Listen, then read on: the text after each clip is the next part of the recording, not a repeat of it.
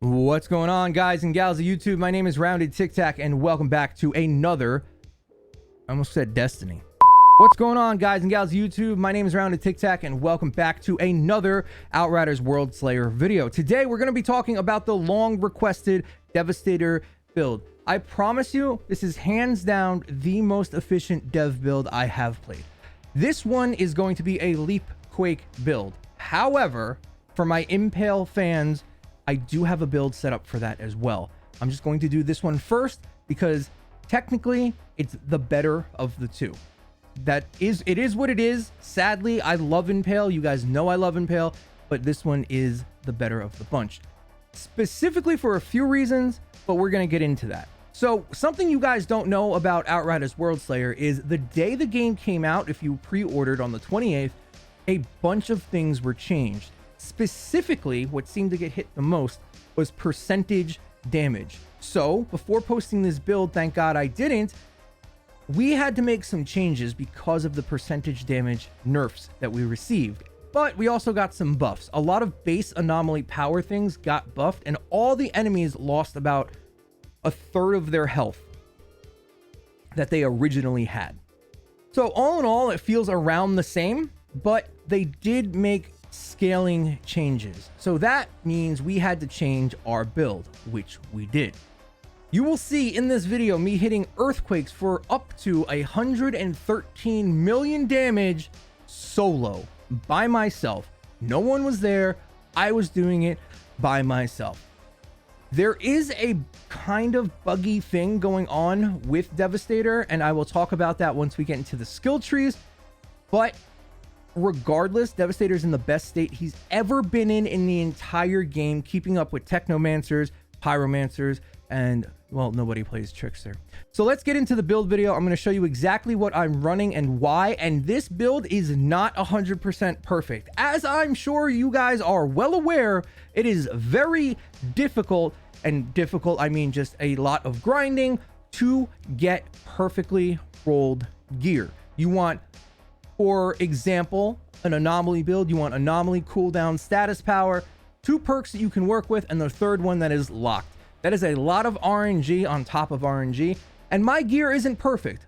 I call it a 13 out of 15 because you have 15 slots, and 13 of mine I'm happy with. The other 2, we're still looking for better stuff. But I will talk about that when we get to the gear items, and I'll show you at the end exactly what I would like to replace those with. So that's the preamble at the start to understand that we took off a lot of scaling damage, percentage damage, and we went with base damage numbers. You're going to see that a lot in the build. Feel free to experiment, but trust me, this is the best I've been able to find. I am Apocalypse tier 33, almost 34. I put a lot of time into the Devastator, and this is the best that I have gotten so far. So we are still using the Seismic Commander Helm. That 50% bonus damage to bleeding targets is just unfreaking beatable. However, I haven't been able to fully test the new stuff because all of the gear drops I'm getting are not great. As you can see here, stand tall, it's okay. I want better. These items are kind of rare, it seems, where I only get 1 maybe out of 5 runs. So I am looking to test this stuff, but we just aren't there yet. Those videos will come soon. I'm really curious about the melee one. So we're still using the Seismic Commander set, and it's absolutely amazing. But we changed a lot of things on it. It took me a while to farm 2 sets because my original set was very heavily Impale based. The chest piece, the helmet, the pants, all of them had Impale stuff on them, and I wanted that to change. Like I said, this is a 13 out of 15 perfect build, I would say, with some changes that we would love to make if we happen to get there. So let's start off with the helmet. On the helmet, we're using a new perk called Danger Close.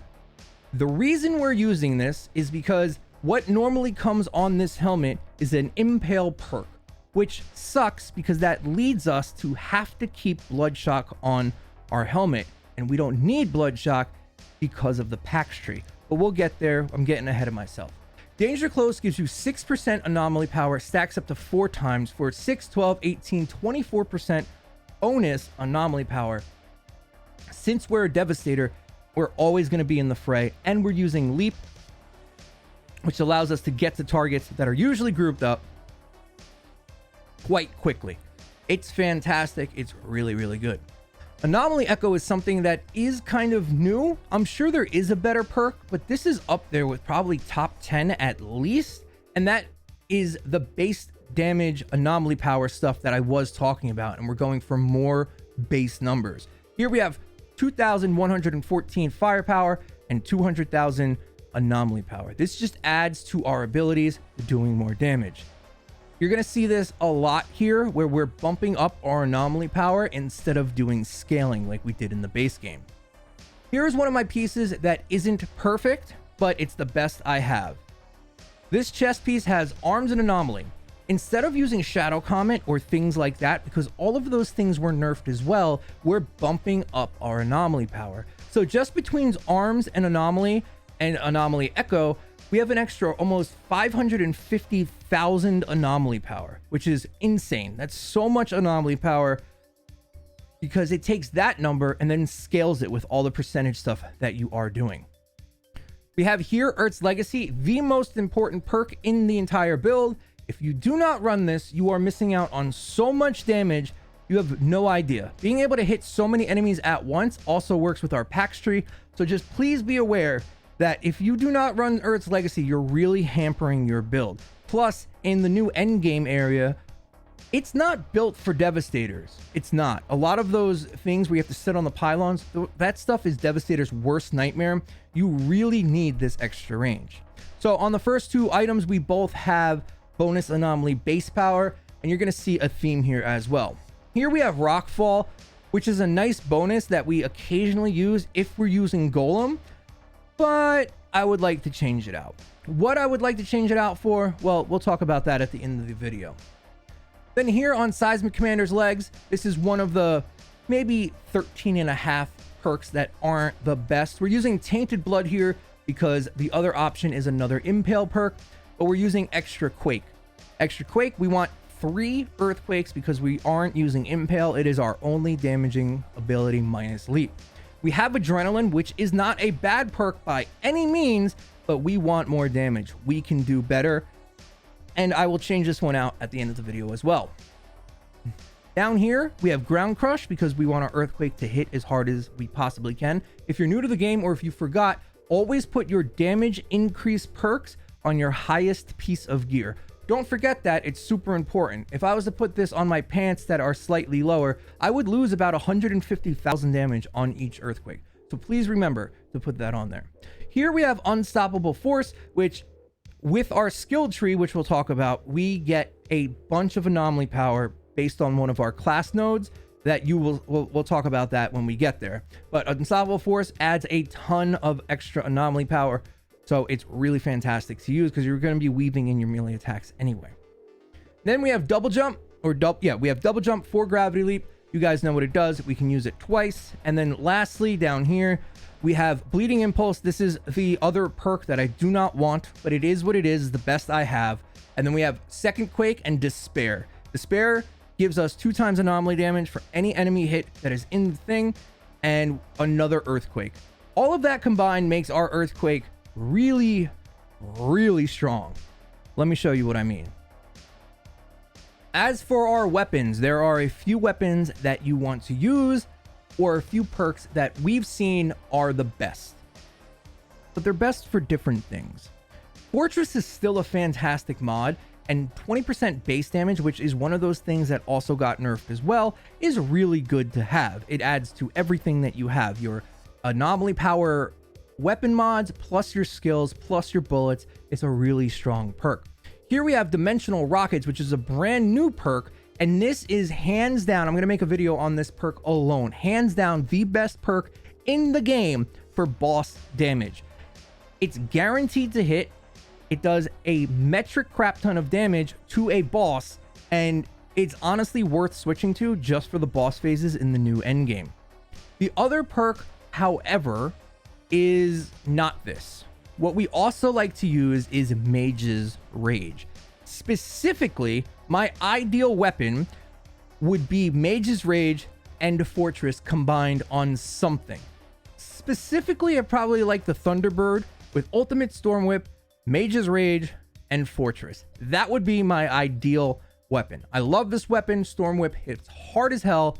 I absolutely love this weapon, but we don't have that. So you're going to want to use Mage's Rage or Fortress, either one. Specifically Mage's Rage. It's another new perk that gives you 10% anomaly power for 15 seconds, and it stacks up to 40%. Combine that with Fortress for another 20% extra damage. Combine that with all of our base numbers and the 4 times anomaly damage from Despair. You end up absolutely shredding enemies. It's ridiculous. You'll see in the footage that I'm telling you, this build is nuts. I really enjoy using it. On our other weapon, we have Shadow Comet. This is just, again, the best I have, but not perfect. We are also using a Guillotine, Clip Combustion, Moaning Winds, perfect roll for when our Earthquake is down. This is not needed, in my opinion. I was having a ton of success with this roll right here. Omen, Fortress, and Claymore Torrent. Or there's another new perk that I had on my Mythos that was absolutely nuts. I think this is one of the most underrated perks in the game, especially for Devastator. It is Violent Rupture. Do 2 million damage every 5 seconds in a 6-meter AoE. This ability, this weapon mod, is absolutely nuts, and it carried me through the entire endgame. Omen, also one of the best mods for Devastator. Shreds things, absolutely shreds things, and it inflicts bleeds, plus you do 10% more damage to anything hit by it, plus it pierces. If you don't have any of these perks I've mentioned, get Omen. It's very good. So we have the build, the items. Let's talk about the skills. We're going to be using Earthquake, Reflect Bullets, or Golem, either one. They're interchangeable. You'll do a little more damage if you use Reflect Bullets, but Golem's fine as well. And then for our skill tree, this is what it looks like. Basic stuff from the game. Nothing new to see here. Our packs tree looks like this. Probably a little different than you were expecting because we do not need Puncture. Puncture's great.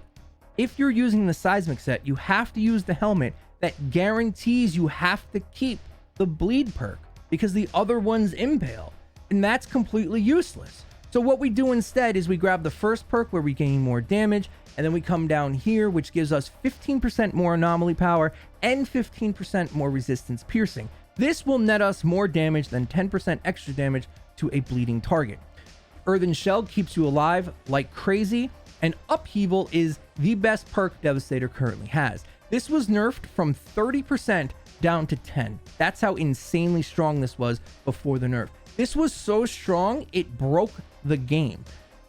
You would literally be negative damage because the game couldn't keep up with how much damage you were actually doing. It was wild. This perk stores 10% of the damage done for 2 seconds from all sources. If you see any videos of Devastators with groups hitting for 300, 400, 500 million, this is what's actually doing the damage. Their damage combined with their 2 teammates, but since Upheaval was used by Earthquake, which Earthquake was used by a Devastator, Devastator gets the kill credit. That is what happens with this. But even if it doesn't bug out like that, it's still so much damage, so much bonus damage for free. Upheaval is amazing. And then we're using Multi-Strike. 30% of the damage dealt by your Seismic skill is stored and added to your next Seismic skill. The effect resets every time you release stored damage. This just adds a ton of damage as well. That is our Devastator tree. If I had to choose 2 perks to replace the ones that are missing, I'm not 100% sure which ones I would. I might take the one that gives us extra damage on our leap, or maybe even something that gives us slightly more power, maybe like Anomaly Assimilation, where we gain extra anomaly power per elite on the battlefield. There's also a tier 2 mod that's actually pretty good as well. But that's really it, guys. That's the build I've been running. You can see in the footage, this build absolutely shreds, keeping up with every person that I've been able to play with. Most people I do play with are higher level than me, and I'm still keeping up on the damage charts. Let me know what you guys think down in the comments below. Thank you so much for watching. If you guys want to check me out, I'm live every day this week until Monday at twitch.tv/roundedtiktak. and then I'm going on vacation. Have a great rest of your day. I'll catch you on the next one. Tic Tac out.